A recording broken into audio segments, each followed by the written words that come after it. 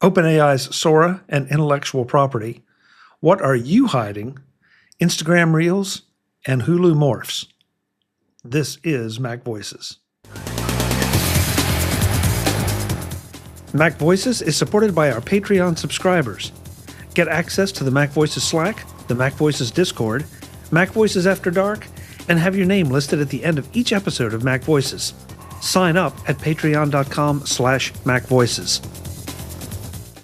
So these next two articles, for some reason, they feel like they go hand in hand.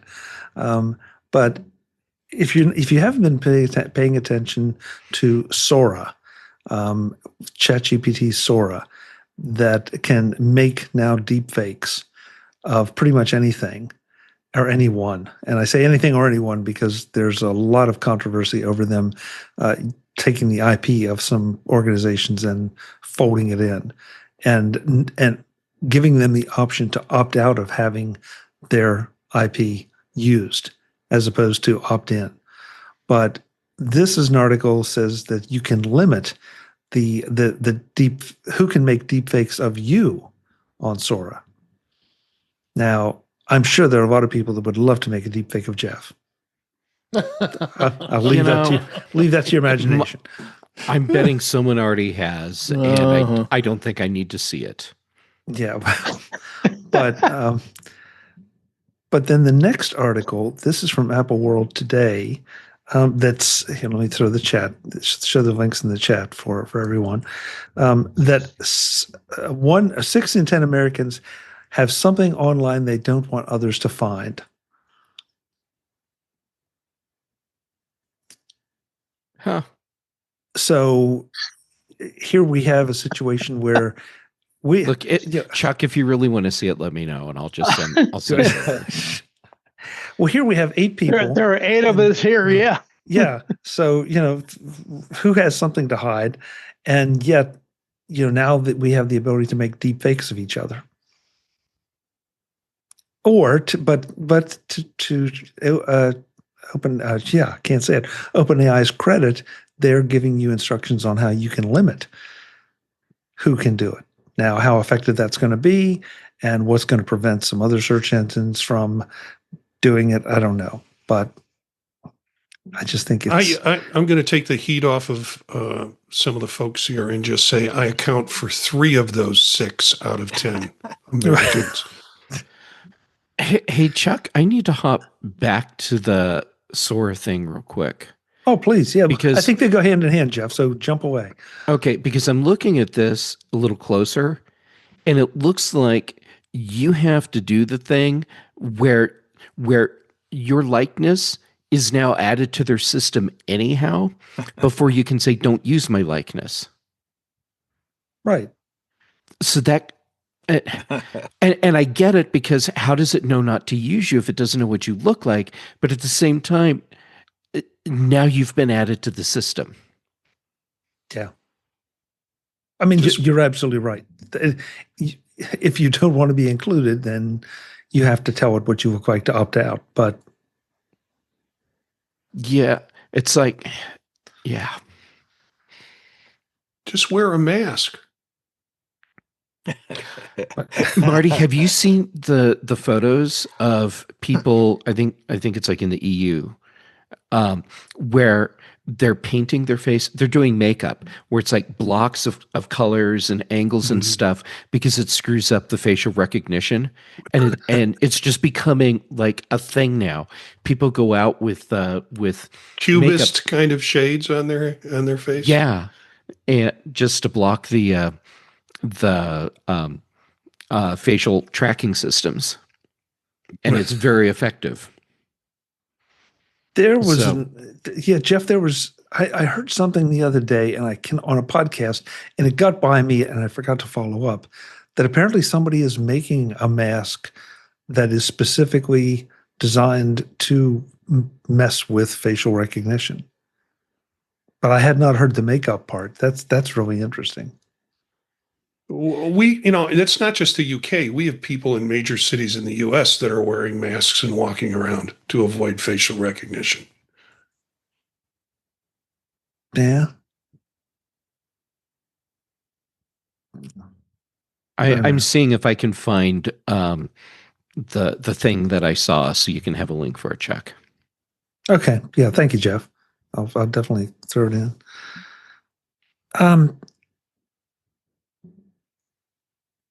Oh, Brian, I'm sorry. I almost missed you. Yeah, please. When I saw the article about the ability to be removed from the, having one done on yourself, it made me think about the folks who call you with scams. It's like the ones who are legitimate telemarketers who are following rules, and you ask for, please remove me from a calling list. Those are the ones you don't have to worry about because they're annoying, but they follow the rules. I think it's the ones that are not following the rules, that it doesn't matter what their, what protocols are made up, that they're going to do it anyways. And it may be small at first, but I think as this technology becomes more and more available for more companies to create and make, I think it's going to be kind of like the telemarketing scam type aspects to it, where, like it or not, there it is. Yeah. Brian, you reminded me of something I wanted to bring up. I guess it's been 2 weeks ago now. I was looking into renting a storage unit. And so I called the number, and, they go through the whole thing. And this guy was pumping me for all the information he could get. Well, what are you going to store in it? What kind of things?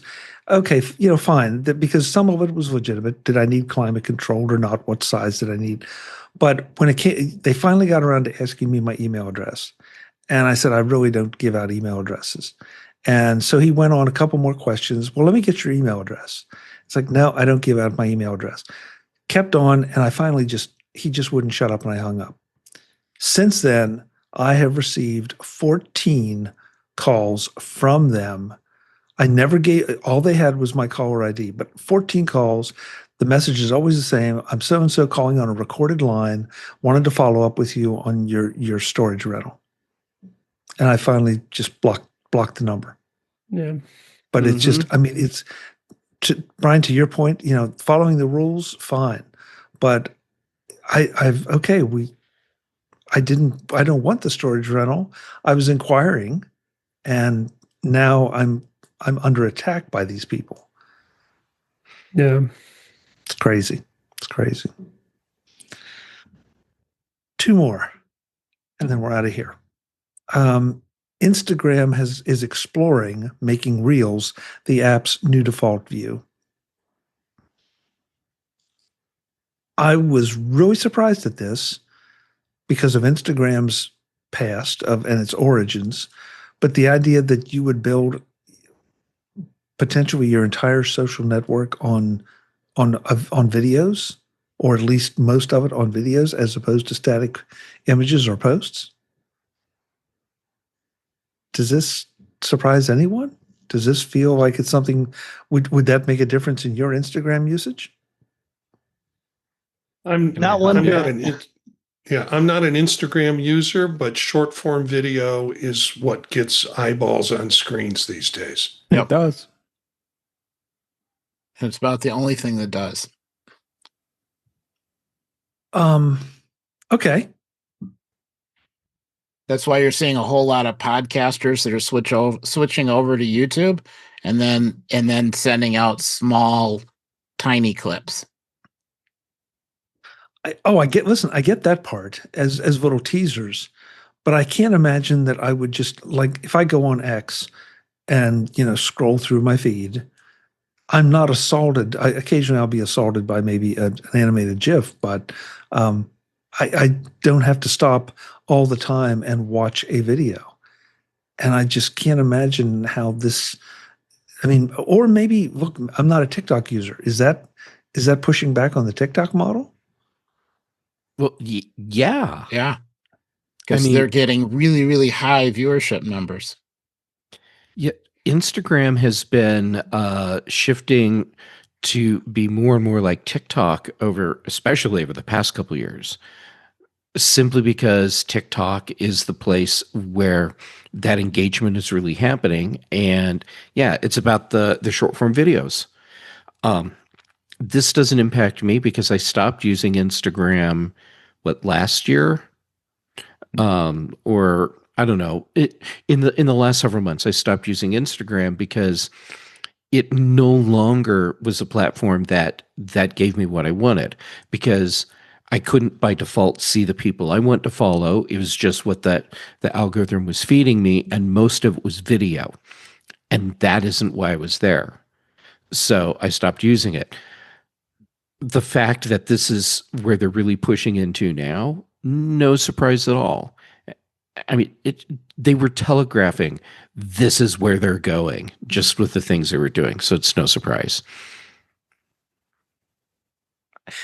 I guess my reaction is when I hit Instagram, I'll scroll through and see what images are up there and what's interesting. But I don't spend a huge amount of time, but I just can't imagine having to stop and to get nothing out of the scrolling except to try to decide whether I want to watch a video. And maybe I've got you are not the demographic anymore for Instagram. Okay. I mean, if you're not the demographic for TikTok, you're not the demographic Instagram is looking for now. I will accept that, Jeff.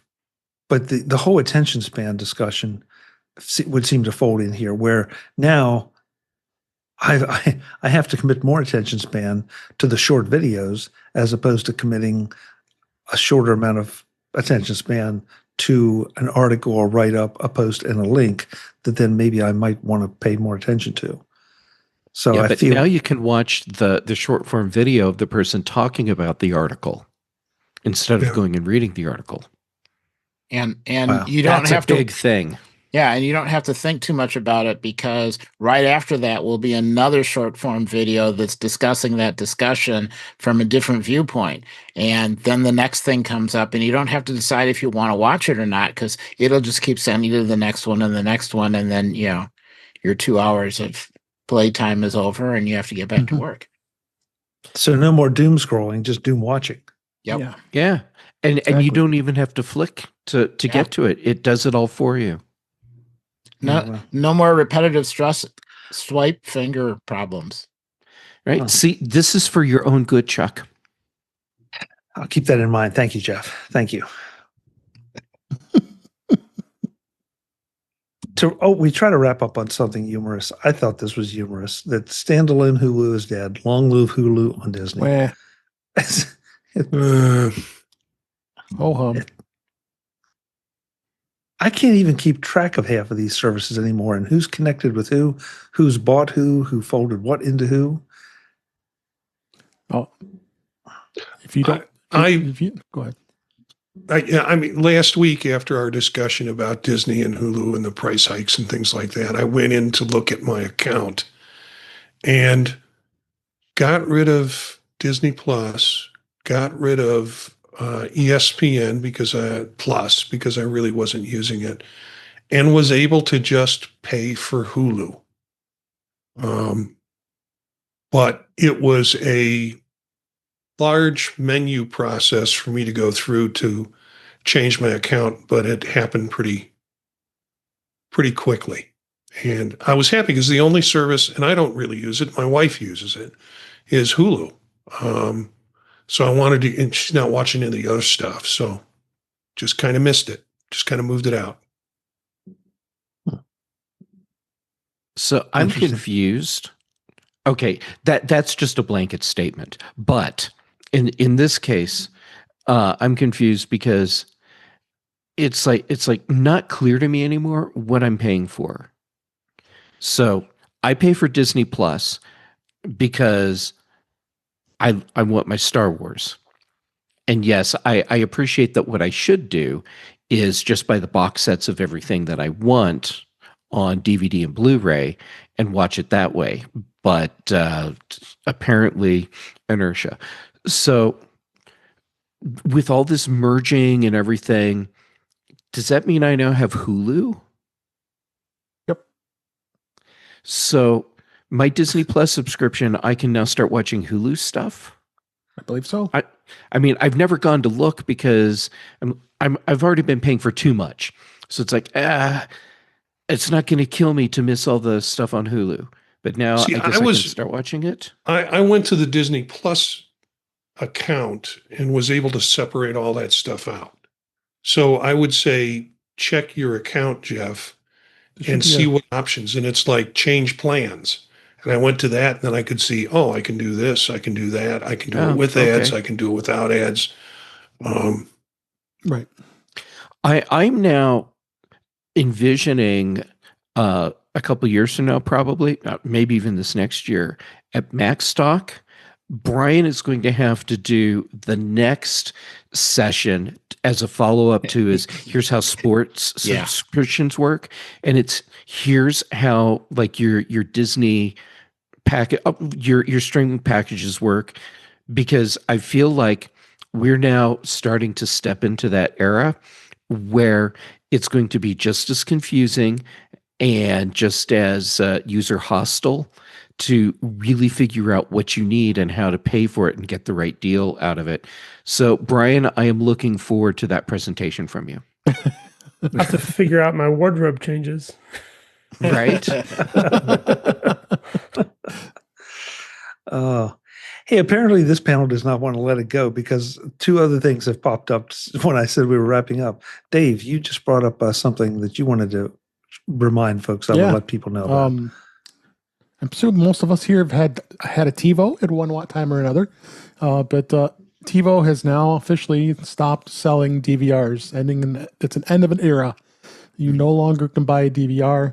It looks like TiVo is just like a integrated service now, integrated into smart TVs and into other things. But gosh, I had a TiVo for many, many years, and it's kind of sad because I really loved the TiVo interface at the time, but it just kind of, the company was kind of way in the wayside. It got sold a couple times, and but yeah, they've now stopped making those DVRs completely. It's sad.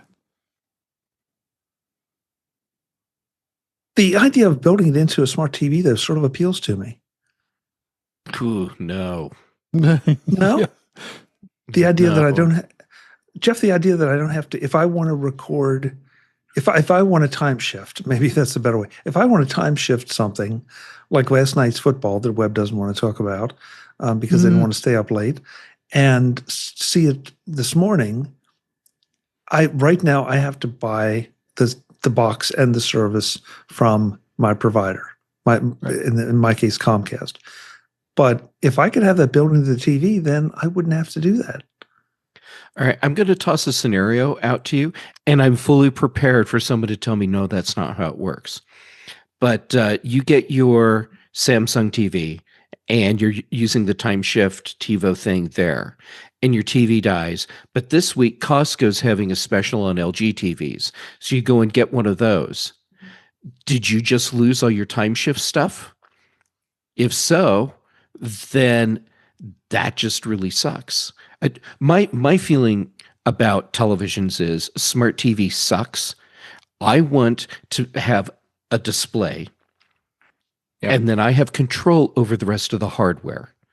And then when my television dies, if it ever does, please never die. I love you, television.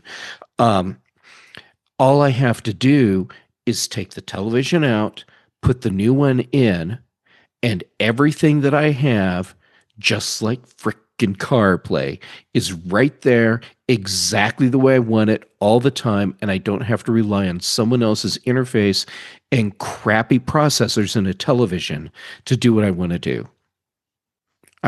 I want dumb TVs, just like the old days. Get off my lawn. Yeah.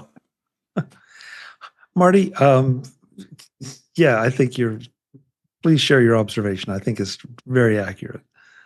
Yeah, I mean, 5, 6, 8 years ago, we were going, what cable service provider is going to give me this? How many packages do I want to add on to get it? And suddenly my cable bill goes from $69 to $200 because I'm adding in all these different special services. Well, and then we said, let's get rid of that. Let's just do streaming services. And we moved to streaming services, and now we're running into the same problem. So we just exchanged the problems that we had with cable systems and cable services with streaming services. So Marty, good luck, the problem Brian. is when we wanted all of this to happen, and everyone said, okay, they gave us what we asked for, not what we wanted. And now we have to live with that, and it just sucks. Yeah. And of course they gave it to us because they're like, yep, we know how this works, and we know how we're going to make lots of money off of you. And then we're all like, no, wait, not like that. Yeah. Well, Brian, you said you're in the market too for a giant antenna on the side of your house. Yeah, there's a great website called antennaweb.org. AntennaWeb. And you plug in your zip code, or if you choose to, your address, and it'll tell you what type of antenna you need to get local over-the-air channels. And there's a bunch of local over-the-air channels if you live in a metropolitan area that you may or may not even realize how many channels you might have access to. It's not just the 4 affiliates that you may remember from 20 years ago. Each of those have sub channels, and they run all day, the old TV shows or weather or things of that nature. Where I'm at in my particular area, I need what they call something that can pick up blue and violet channels, which require a large powered antenna outside of my house. So I'm in the market for that. So I figure for me, there's a couple of subscriptions that I subscribe to, streaming wise, that offer some of the local channels.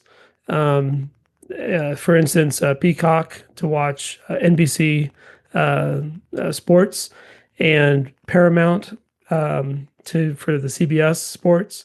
And I figure, at a certain point, I have a break even. I can get the over-the-air channel. I won't need to subscribe, at least not 12 months out of the year. I could save some money that way.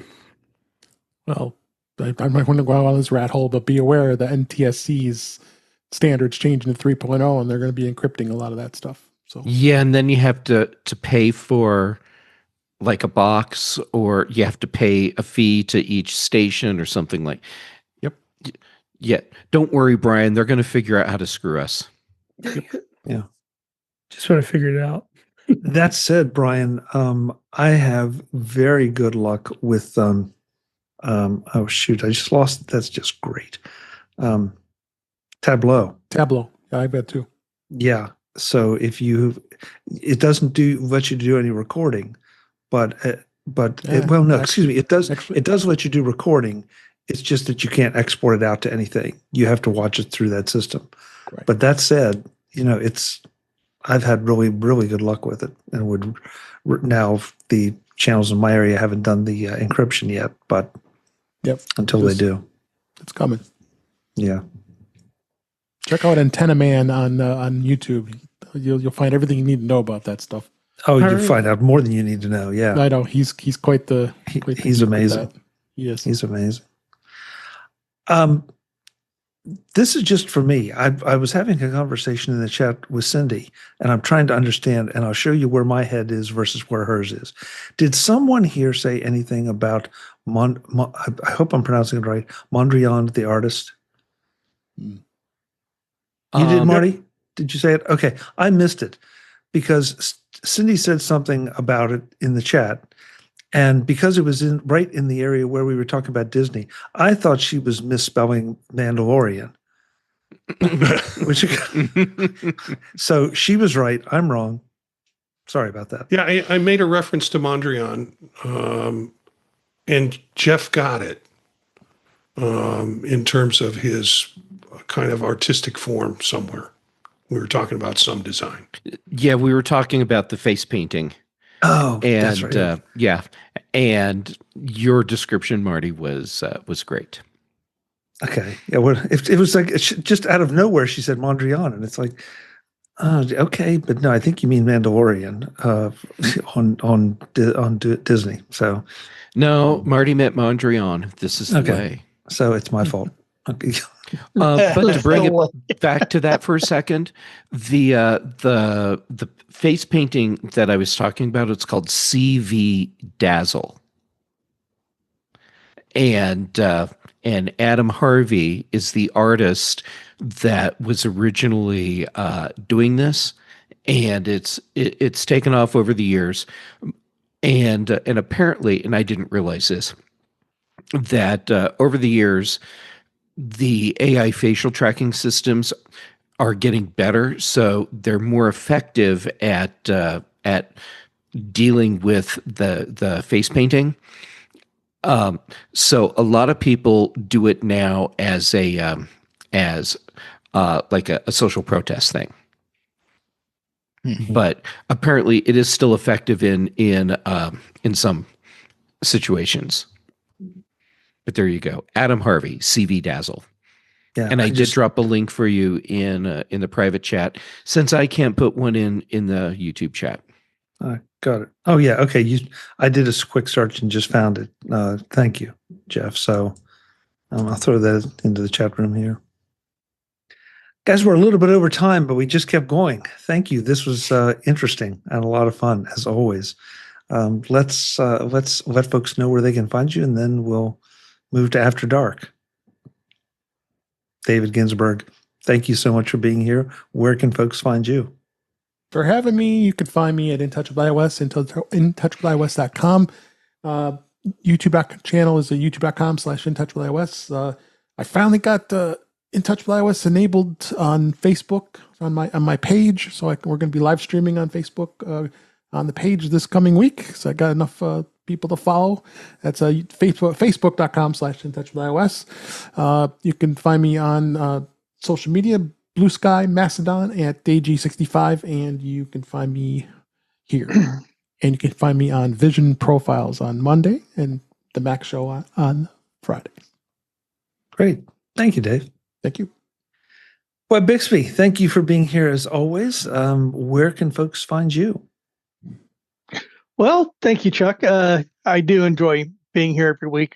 Anyway, I'll just leave it at that. I try to contribute something. So anyway, you can always find me at like I said, Blue Sky, Web Bixby, WEBBIXBY. Blue Sky because I like the name. As good a reason as any, Web. Thanks so much. Thank you. And you absolutely contribute. So contribute more. Yeah. Marty Gensius, thank you for being here as always. Continue to feel better. Where can folks find you? Gensius, Jencius at Blue Sky, or Gensius at I was going to say Mandalorian, Mastodon.social. And, Monday nights with Vision Profiles, Thursdays with Dave, of course, Tuesdays here, occasionally on the Mac Show when I'm not traveling. But two new projects I want to push out a little bit. I have a new web and video cast called AI Productivity Workflow. People can search for that in YouTube. And we just put a new episode out tonight. So I've got a couple of episodes of that. And the second one, Fade to Chat, Golden Age Cinema, that I'm doing with Cindy. And we will have a second episode out tomorrow on Some Like It Hot as a movie. So great. You just keep churning them out, Marty. Yep. Machine. I love it. Brian Flanagan-Arthurs, thank you for being here. You have now placed yourself in direct competition with Eric for backgrounds. So you better get out there and photograph a lot of sunsets. I will have to. Yeah, where can folks find you when you're not photographing sunsets? Sure. Best place to find me is my website, brian8944.com. Please check out the website, see what upcoming projects I'm working on. And in particular, please check out the On the Desk of Brian podcast. Great. And Brian, keep wearing those dark shirts because it's like your sprockets, Yeah.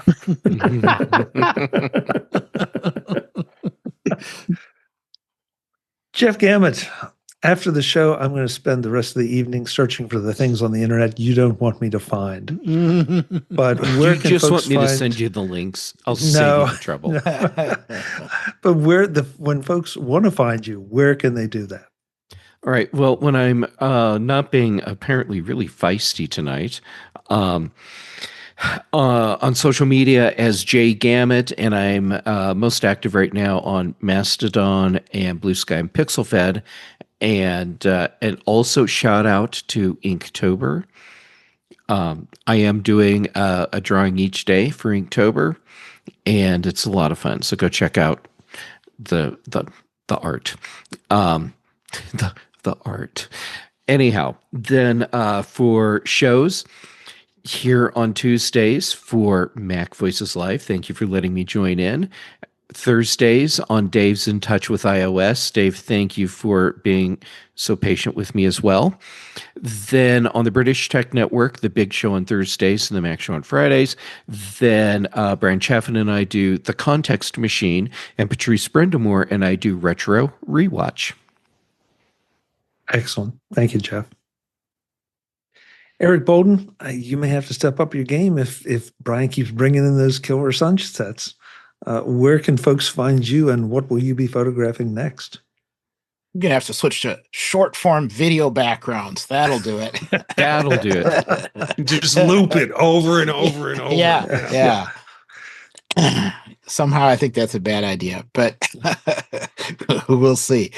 I can be found on Mastodon at EA.Bolden at mas.to. Otherwise, Mondays on Vision Profiles. Tuesdays here on Mac Voices. Thursdays on In Touch with iOS. So throughout the week, I get all my OS goodness all done. Great. Thanks so much, Eric. Jim Ray, thank you for being here as always. I hope your AirPods Max continue to function outside of the freezer. Where can folks find you? What was that? Hey? I am the opposite of Webb. I try very hard not to contribute here every week. I think I'm generally pretty successful at that. I'm guessing that most of the viewers have had enough of me for a week, but if you just can't, make it till next Tuesday, you can find me on The Mandalorian at ProView Jim at techhub.social. VUEJIM.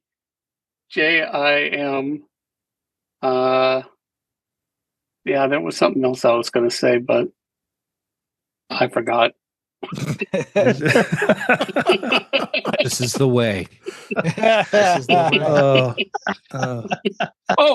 I know. Oh. Sometimes you can find me in the YouTube comments on Thursday nights of In Touch with iOS. Yes, thank you. Yep. That was good. Okay. Good. I like it. Folks, this is Mac Voices Live. We do this Tuesday nights. I want to say a special thank you to the chat room. They were particularly engaged tonight. We had Joe, we had Barry, we had Cindy, we had Paul, we had Cletus, and I'm sure I'm leaving somebody out, and I'm so sorry if I am, but always appreciate the extra comments and thoughts. Rich. How could I forget Rich? So yes, thank you. And you can come back if you're watching this in the feeds later. You can be in the chat room too, throwing in your comments or wisdom or questions or just names of artists that you really like their paintings of. Until next. Oh, and I want to give you a preview of tonight's After Dark. Because for those in the feeds, you really need to subscribe and become a patron of Mac Voices so you can hear tonight. We're going to ask Eric to report on his recent chicken adventures. So there you go.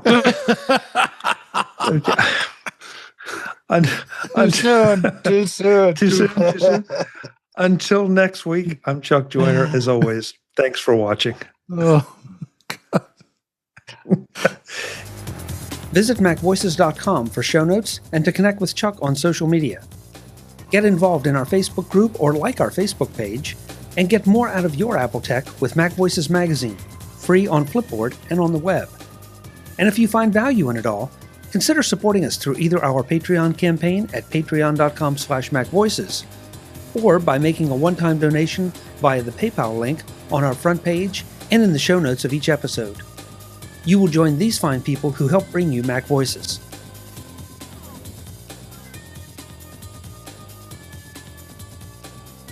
Advertising handled by Backbeat Media at backbeatmedia.com. Bandwidth provided by CacheFly at cachefly.com.